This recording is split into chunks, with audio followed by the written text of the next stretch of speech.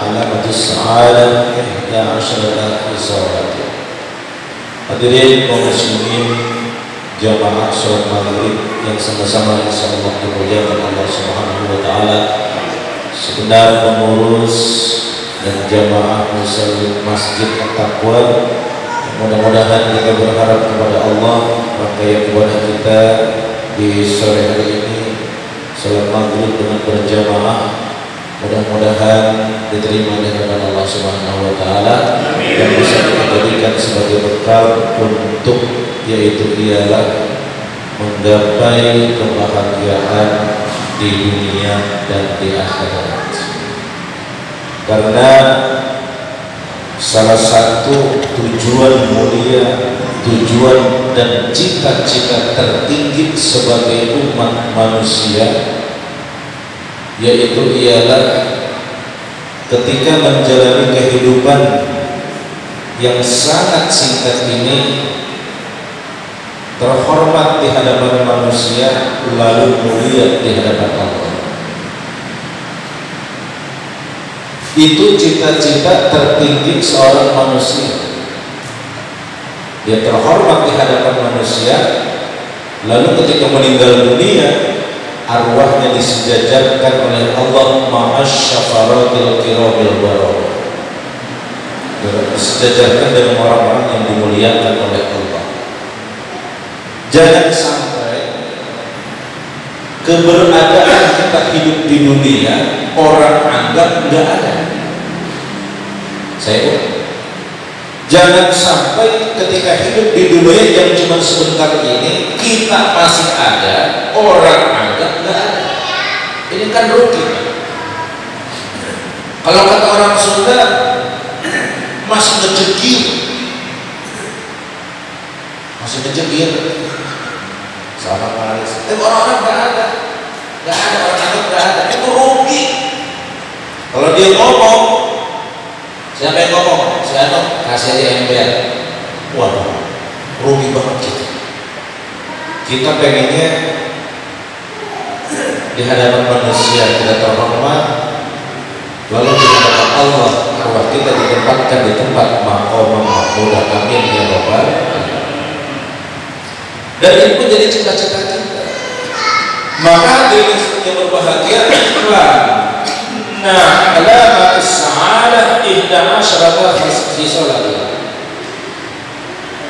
Untuk mencapai itu semua agar kita memperoleh kemenangan, agar kita memperoleh kesuksesan, agar kita hidup di hadapan manusia terhormat lalu mulia di hadapan Allah, ihdaha ayyakuna zahada fid dunya wa raghida fil akhirah.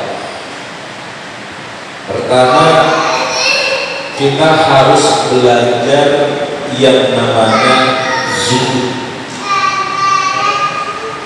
mengasingkan dari kehidupan dunia dan mencintai akhirat.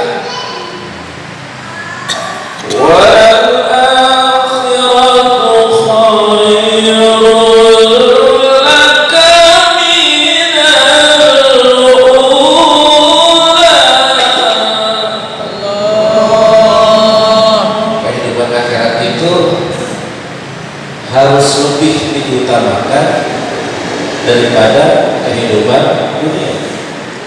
Maka seorang hamba Allah yang sudah mampu menumbuhkan sifat zuhud di dalam hatinya, dia akan memprioritaskan kehidupannya ke akhirat. Bukan gak perlu dunia, silahkan cari dunia, silahkan gapai kesuksesan dunia, kejar, raih, capai tinggi-tingginya, silahkan.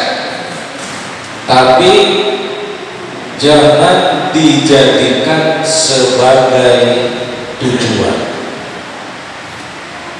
Jadikan dia sebagai alat untuk memperoleh kehidupan akhirat. Kalau dunia sudah jadi tujuan, di atas langit masih ada langit. Orang cantik, tampan, ternyata masih ada lagi di atasnya. Orang kaya, ternyata masih ada lagi di atas orang yang lebih kaya lagi. Makanya dalil yang saya bacakan tadi, wa idz ta'adzana rabbukum la in syakartum la azidannakum wa la in kafartum inna adzabi lasyadid. Ketika hati sudah mulai berangkat untuk menempuh kehidupan dunia, lalu kemudian sifat zuhud sudah hadir di dalam hatinya, maka dia akan selalu menerima segala ketentuan yang diberikan oleh Allah Subhanahu wa taala. Dia bersyukur kepada Allah Subhanahu wa taala. Dapat rezeki banyak, alhamdulillah. Dapat rezeki dikit, alhamdulillah. Dapat daging korban banyak, alhamdulillah. Dikit, alhamdulillah. Kagak dapet, alhamdulillah. Mending apa? Kagain mau panitia.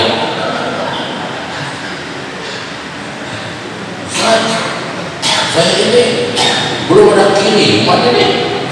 Saya bilang saya nggak ngurusin korban Pak. Tanyanya mau bagi panitia. Udah disyukurin saja.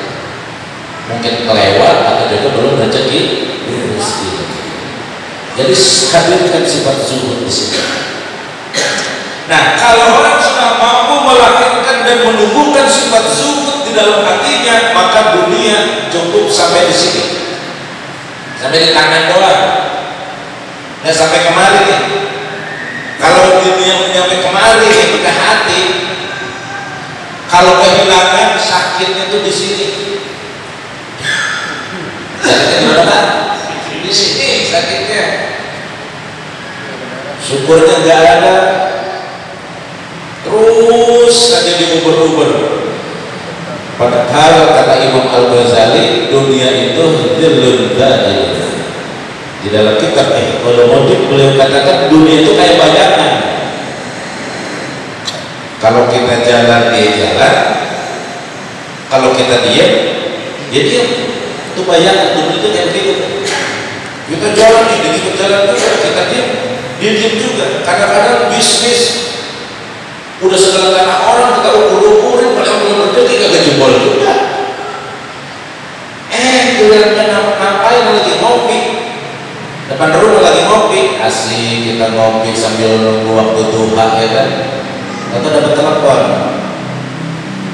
Bang, Bego, salam, Bang, gimana? Lagi ngopi, ukur tangannya ada yang beli, wah langsung deal. Ada ngapa-ngapain? Tuh rezeki dari Allah. Nah, orang yang sudah menumbuhkan sifat zuhud di dalam hatinya, bukan berarti tidak perlu dunia. Dia boleh mencari kesuksesan dunia, tetapi jadikan sebagai alat, bukan dijadikan sebagai tujuan. Lalu yang kedua, antakun fil ibadati wa tilawatil Quran. Tujuan hidupnya hanya untuk membaca Quran. Tujuan hidupnya hanya untuk memahami isi kandungan Al-Quran. Tujuan hidupnya berusaha terus mengamalkan isi kandungan Quran. Walaupun kita mengamalkan isi kandungan Quran belum 100%, bertimbang dikit doang, enggak apa-apa. Dikit, lama-lama menjadi bukit. Baca Quran, apalagi sekarang di hari tasyrik. Rasulullah menganjurkan agar supaya kita memperbanyak membaca Subhanallah, Alhamdulillah, wa la ilaha illallah, wallahu akbar. Banyakin istighfar, banyakin membaca Quran, ada rezeki sembelih hewan kurban, memperbanyak sholat berjamaah, lalu kemudian makan yang enak, nyantai misalnya, boleh itu, apa-apa. Insya Allah tak bersisa kita nyantai kalau ada. Emang sunnahnya begitu, hari tasawuf, hari minum, hari makan, hari gembira. Kalau budaya orang Arab, hari tasawuf ngejemur daging supaya jadi dendeng. Tasyrik itu menjemur daging, dijemur di padang pasir itu panas supaya kering, lalu kemudian dia bisa bertahan lama. Nah, Ketika seseorang hatinya sudah terpaut kepada Quran, maka Al-Quran insya Allah bisa membawa dirinya masuk ke dalam surga, dan Quran juga bisa menyeret dirinya masuk ke dalam neraka. Insya Allah ya. Jadi tadarus Qurannya jangan bulan Ramadan doang. Ya kan, kalau umat Islam kadang-kadang maaf, kalau bulan Ramadan rame-rame baca Quran, selesai Ramadan rame-rame nutup Quran, ya. Terus kita baca. Kalau kata Ustaz Yusuf Mansur, one day, one ayat. Aqimis salata liduluki syamsi ila ghasaqil laili wa qur'anal fajr inna qur'anal fajri kana mashhuda. Orang yang baca Quran di waktu maghrib dengan orang yang baca Quran di waktu subuh itu pahalanya beda. Itu pahalanya malaikat tuh disaksikan, malaikatnya banyak yang menyaksikan baca Quran di waktu subuh. Kenapa? Berat banget tantangannya. Bismillahirrahmanirrahim. Alhamdulillahilladzi anzala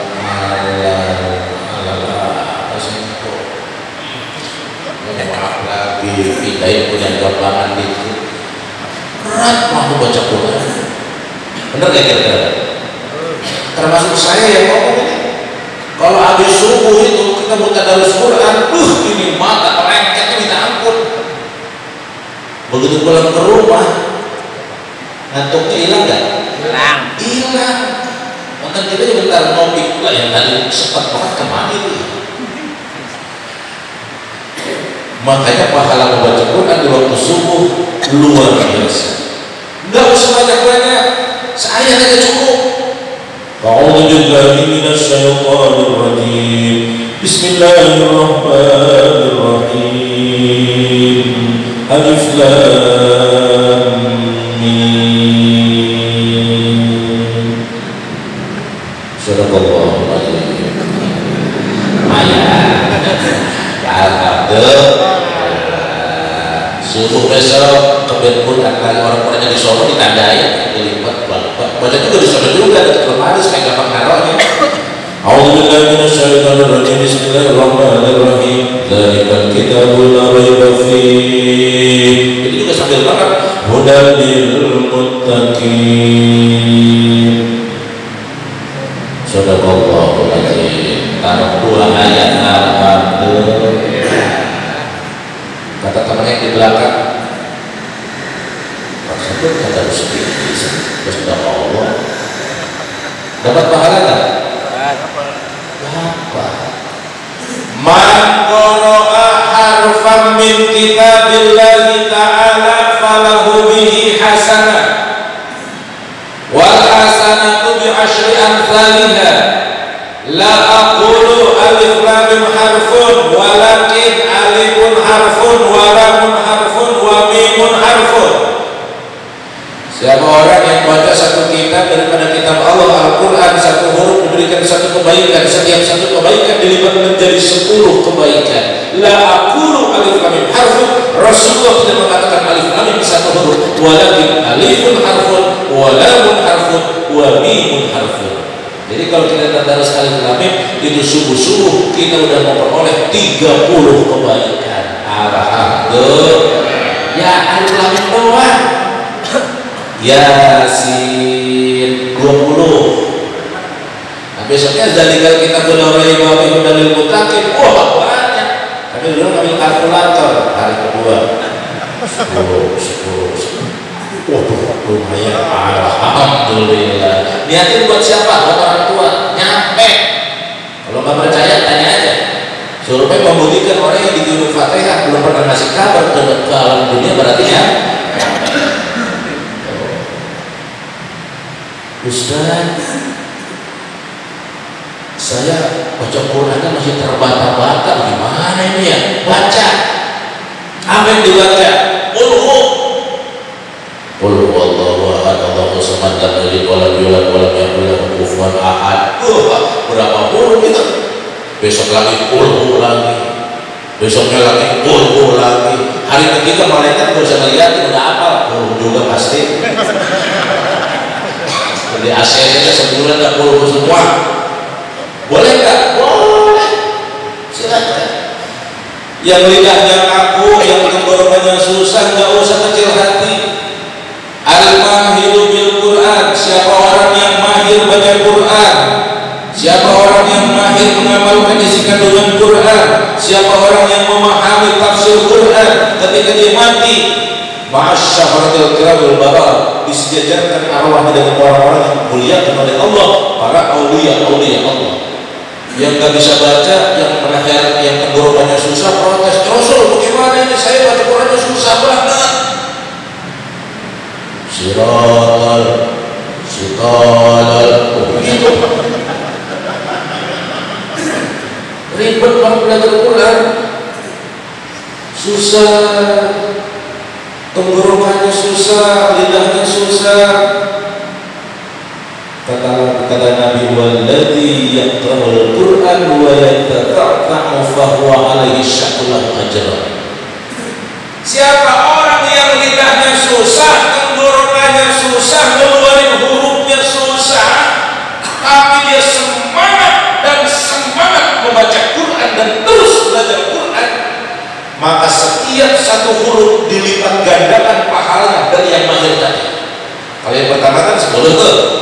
Berarti kalau dia baca alif lam mim 30, dia sekali baca alif lam mim 60. Alhamdulillah. Nah, itu bukan kata saya, kata Nabi. Jadi yang orang yang bacanya susah, terbata-bata, tidak menutup kemungkinan pahalanya bisa bersaing dengan orang yang bisa membaca Quran. Asal jangan diem baik, kita mau belajar terus. Di sini kan ada kan belajar Quran ya, tasik terus belajar. Nggak usah yang mulu, Fatihah aja dulu. Fatihah yang biasa kita baca sehari-hari, wiridan yang biasa kita baca sehari-hari, hatinya wa tilawatil Quran.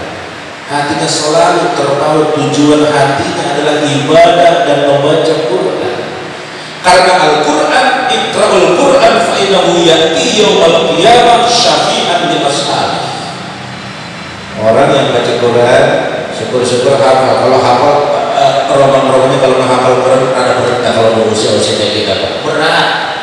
Kadang-kadang baca Yasin aja ketukar mulu ya kan. Sekarang hafal besok lupa, sekarang hafal besok lupa, besok hafal sekarang lupa. Biasa, nggak jadi masalah. Terus baca, terus menghafal, terus mengkaji, terus mengamalkan sesuai dengan kemampuan kita masing-masing. Itu korban kemarin kita potong hewan itu ngamalin Quran. Inna al-kautsar fasholli li rabbika wanhar. Ngamalin Quran, puasa, sholat, semuanya banyak. Ketika Quran dibaca, maka dia akan datang memberikan syafaat kepada siapa? Kepada yang membacanya. Ustaz, saya bacanya nggak bisa, benar-benar nggak bisa, cuma misalnya alif bata udah gitu doang. Nah, begini caranya. Kalau ada orang yang lagi tadarus Quran, duduk di sini di sampingnya, duduk. Wah, lagi tadarus Quran, duduk aja di sampingnya. Bang, saya mau baca Quran ya, saya mau tulis bunga abang ya, mau ngapain lo? Dengerin doang. Oh yaudah, duduk aja, duduk, kagak ngapa-ngapain, duduk aja dengerin. Kalau dia dapat pahala 300, ini yang duduk yang sebelahnya nih, dapat 300. Wa idza quri'al Qur'an fastami'u lahu wa ansitu la'alakum turhamun. Yang membaca, yang mendengarkan pahalanya sama. Ini namanya main di sistem, kerjanya sedikit tapi hasilnya gede. Main di sistem, jadi bukan cuma urusan dunia, urusan akhir itu main di sistem bisa. Ya kan, kerjanya dikit, pahalanya gede, banyak. Apa yang baca Quran, nggak usah baca Quran, capek dia baca. Lu baca Quran, gue yang dengerin. Sama dengan orang yang membuka, yang membeli makanan untuk orang yang berpuasa, itu pahalanya sama dengan orang yang berpuasa. Di sistem aja. Cuma lu makan itu dia kagak puasa, dia beliin aja makanan orang yang puasa. Maksudnya bukan itu. Haji, nih saudara-saudara kita, pahalanya luar biasa itu. Sholat di Madinah 1000 rakaat dan sholat di sini, sholat Masjidil Haram 10.000, memandang Ka'bah ibadah. Begitu yang di Indonesia gimana supaya bisa nyanyi diri pahalanya di hadapan Allah? Sholat berjamaah. At-takbiratul ula yudrikuhul mu'min ma'al imam khairul lahu min alfi hajati wal umrah. Orang yang sholat berjamaah takbir pertamanya saja sudah dihitung bagikan orang yang umroh dan haji 1000 kali. Alhamdulillah. Berarti ketika di akhirat sama. Ngobrol kita di surga. Lu perasaan kalau berangkat haji nggak ketemu sama gue sama dia, komen di sistem dong. Lu kan pakai itu cuma tidak pakai itu bisa masuk surga. Pahalanya sama kan? Dan itu saja bagaimana sholat berjamaah. Kata siapa? Rasulullah bilang. Alhamdulillah. Jadi banyak kesempatan untuk kita meraih kesuksesan mulia di hadapan Allah Subhanahu wa ta'ala.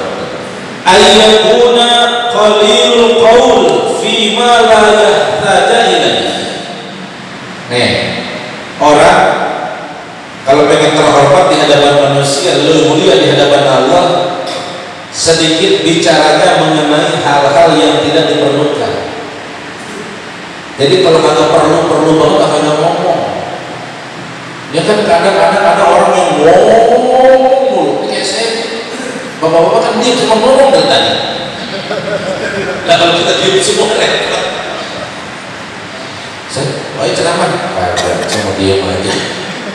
Lalu bagaimana saya diam, bapak-bapak diam, kita dari ngaji. Maksudnya dia sedikit bicara itu kepada hal-hal yang penting-penting saja. Kalau kata pepatah apa? Air beriak, tanda tak dalam, tong kosong bunyinya nyari. Itu tong kalau kosong, gua kedengeran CRT. Wah, kayak hubungan orang. Kalau ngomongnya, kalau kata orang Betawi, lu ngomong sebakul. Sebakul sebenarnya dikit ya. Kan ada istilah Betawi sama ngomong gitu ya. Lu ngomong sebakul, kagak ada nyatanya. Nah ini orang kalau udah dikata begitu tuh, itu langsung frekuensinya turun tuh. Artinya nilai kepercayaan udah nggak ada lagi. Dia ngomong apa yang didengerin. Siapa yang ngomong? Kasih ember, suruh ngomong ember. Rugi kita Pak, kita ngomong dikasih ember, dikasih mangkok. Artinya bicara bukan tidak boleh bicara, bicaranya penuh dengan hikmah. Bicaranya tidak menyinggung dan menyakiti hati orang lain. Coba lihat para wali-wali Allah. Coba lihat para sahabat-sahabat Rasulullah. Bicaranya beliau berdasarkan Quran dan hadis baginda Rasul Nabi besar Muhammad sallallahu alaihi wasallam. Nah, insyaallah kenapa? Karena salamatul insan wa hifzil lisan. Orang kalau banyak ngomong, ini lidah nih akan jadi saksi. Dan lidah ini, ya ayyuhalladzina amanu qulu qawlan sadida yuslih lakum a'malakum dan seterusnya. Man kana yu'minu billahi wal yawmil akhir falyaqul khairan aw liyasmut. Ini lidah Allah bikin luar biasa, ditaruh di dalam guha mulut kita, lalu dipagar pakai gigi super kuat, lalu ditembok di beton pakai pipi, lalu kemudian dilem pakai bibir. Udah di dalam guha, ditembok kiri kanan, dipagar pakai gigi, dilem pakai bibir. Ini artinya apa? Bahaya banget. Ini gara-gara lisan bisa kejadian luar biasa terjadi dimanapun, termasuk di negeri ini. Contoh contoh misalnya, ini mah contoh doang. Pimpinan ngomong, presiden misalnya mah contoh. Saudara-saudara sekalian, seluruh rakyat, dan dengan ini saya nyatakan seluruh peraturan yang ada di negeri ini saya nyatakan tidak berlaku. Jangan nunggu besok. Ketika itu disiarin, apa yang terjadi? Yang punya dendam sama temennya langsung ambil golok, bukan buat potong sapi. Yang lagi pengen ngerampok, maka yang berlaku hukum riba. Siapa yang buat itu yang berkuasa. Kalau seperti itu aturan tidak ada, lisan. Makanya ada pepatah Arab, apabila lidah lukai hati, kemana obat hendak dicari. Apabila bedak lukai tubuh, akan ada harapan sembuh. Apabila lidah lukai hati, kemana obat hendak dicari. Kalau kita luka karena pedang, kalau kita luka karena pisau, kalau kita luka karena golok, luka, bawa ke rumah sakit, dijahit, kasih obat yang bagus, seminggu, 2 minggu, selesai. Tapi kalau luka karena lisan, sebulan sembuh kan? Hah? Setahun? Apa diturun sama cucu kita? Kita lagi olahraga ke aki-aki, kita detek cucu, itu ketemu tuh orang yang fitnah kita.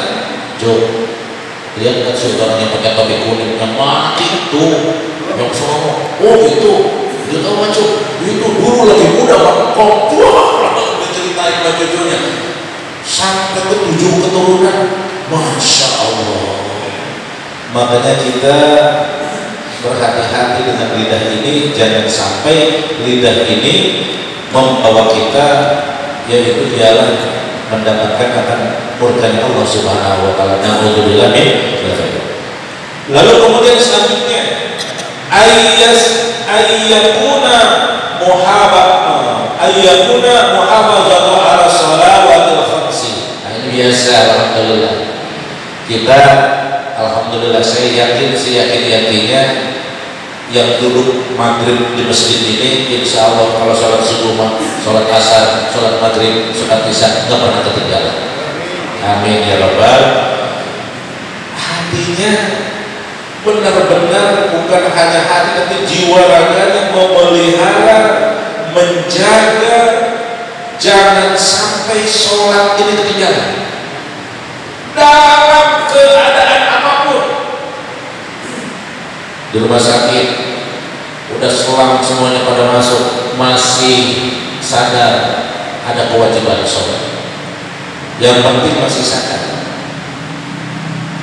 Kalau udah koma nggak sadar sama sekali baru. Tapi selama dia masih terespon, apalagi sama duit masih apal, itu masih wajib sholat. Lagi sakit begini, Pak, nomor PIN ATM berapa? Sekian, itu masih ingat lagi, masih wajib sholat. Masih wajib sholat dalam keadaan darurat, dalam keadaan bagaimanapun. Sholat merupakan sesuatu yang sangat mendasar, yang dimana dia ditanyakan sebagai awal pertanyaan nanti dia berakhir.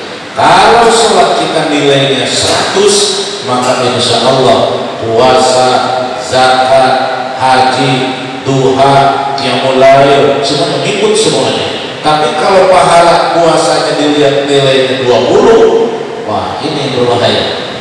Sholatnya bagus, insya Allah ikut semuanya. Tapi kalau sholatnya jelek, masya Allah, insya Allah terus bersemangat di dalam menjalankan sholat 5 waktu, yang mudah-mudahan kesemuanya insya Allah dan akan ditolong oleh amalan sholat ini. Amin ya rabbal alamin.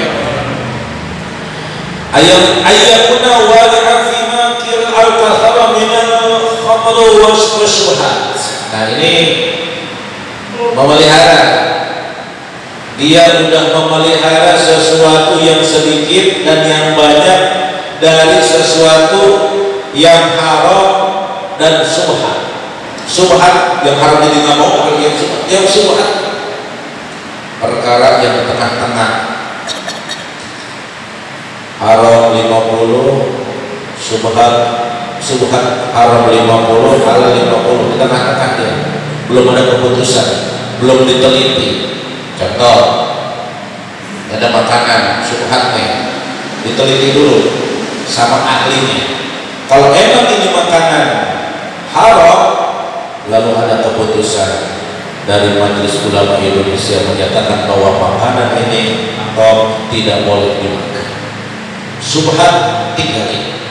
Karena ketika tubuh kita memakan makanan yang haram, dia akan membentuk daging. Maka daging itu yang akan menjadi bahan bakar api neraka. Kebanyakan makanan haram itu hatinya mati,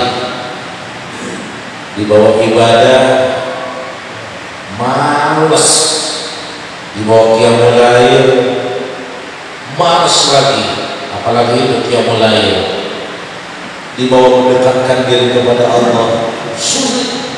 Karena apa? Karena hatinya sudah mati. Dia sudah membentuk dalam tubuhnya.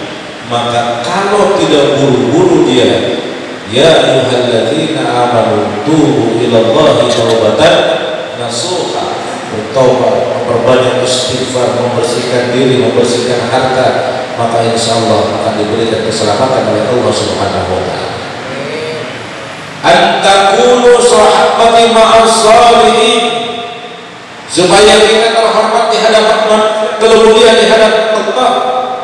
Dia bergaul sama orang-orang soleh, dia bergaul dengan orang-orang yang mendekatkan dirinya kepada Allah. Kalau kata pepatah, kalau duduk sama tukang minyak wangi, kebagian wanginya. Kalau gandengan duduk dengan tukang minyak, tukang kelas, pasti kepercikan apinya. Ketika kita bergabung, duduk bersama, bergaul bersama dengan orang-orang yang soleh, yang hati akan mendekatkan diri kepada Allah Subhanahu wa ta'ala, maka insya Allah dia pun akan memperoleh kebaikan-kebaikan.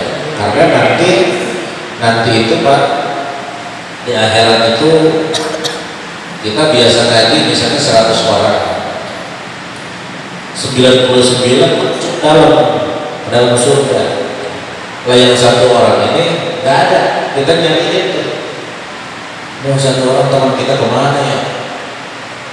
Oh, di surga atas kali, cari dicek nggak ada. Begitu tanya, ya Allah, ini sahabat saya ketika di dunia ini rajin ngaji bersama kita, rajin menuntut ilmu bersama kita, rajin memakmurkan masjid kita. Ini tuh nggak ada, kemana ya? Coba cari di Mading. Mading apa ya Rob? Mading penduduk neraka. Begitu dilihat, ya benar ini. Nah teman kita ada di Solo ini. Akhirnya kita ngadap lagi kepada Allah. Ya Allah, benar ya Rob, teman saya ada daftarnya di penduduk neraka. Terus kamu mau ngapain? Tolong ya Allah, dengan kebesaran dan kemuliaan serta rahmat-Mu, dia orang baik ya Rob, ampuni dosanya, kumpulkan bersama kamu dalam surgamu. Kamu temuin malaikat-malaikat, ini perintah aku, kamu ambil ya. Akhirnya kita bareng-bareng masuk ke neraka, ke pintu gerbang neraka. Kata malaikat-malaikat, mau ngapain? Saya sudah ketemu Allah, saya sudah berdoa dan meminta kepada Allah supaya teman saya namanya si Fulan bin Fulan supaya diangkat dari neraka. Dibuka pintu neraka, udah masuk, jangan bareng-bareng, satu orang aja. Ambil, kita kasih pertolongan sama kita, kawan-kawannya. Alhamdulillah. Makanya termasuk pertanyaan kubur, wa ikhwanuka, siapa sahabatmu, siapa kawan-kawanmu ketika di dunia? Maka jawabannya minal muslimina wal muslimat wal mu'minina wal mu'minat. Begitu bangun keluar dari neraka sudah masuk surga, kalau mau ayo masuk, teman-teman udah nungguin loh. Malu ah, kenapa? Ini udah setempel ini, setempel neraka di dahi ini. Nah, kalau setempel RT jadi dihapus. caranya. Nggak mau semua masuk malu sama teman-teman. Emang dosa bapak sih bisa masuk? Karena aku ceritain gampang itu mah. Masuk cepat nggak mau. Ya Allah, darah kita nggak mau masuk surga. Emang kenapa? Ada tanda seekor neraka di dalamnya.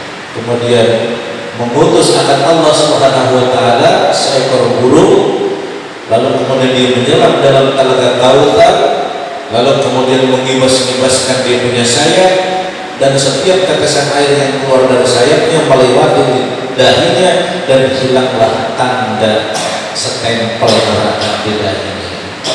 Masuklah dia ke dalam surga. Kalau tafsir Waqiah itu kita nanya ke teman-teman kita, ngobrol kongkong dan kongkong bahasa Betawi kan. Gimana bang di neraka? Waduh, parah. Yang di situ udah lama, alhamdulillah, udah 20 tahun.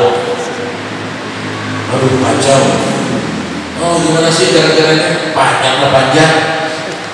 Cerita dia ngobrol begini, dikumpulkan lagi oleh Allah Subhanahu wa taala. Sedikit lagi, belum bisa ya? Ya, itu tadi. Ayyakuna mutawadhi'an ghairu mutakabbiran. Kalau kita ingin terhormat di hadapan manusia, lalu mulia di hadapan Allah, maka buang jauh-jauh sifat sombong, buang jauh-jauh sifat takabur, lalu kemudian berubah menjadi sifat tawadhu, sifat yang merendahkan diri kita. Jangan sampai, kalau kata orang Sunda, pangakakna. Tahu pangakakna?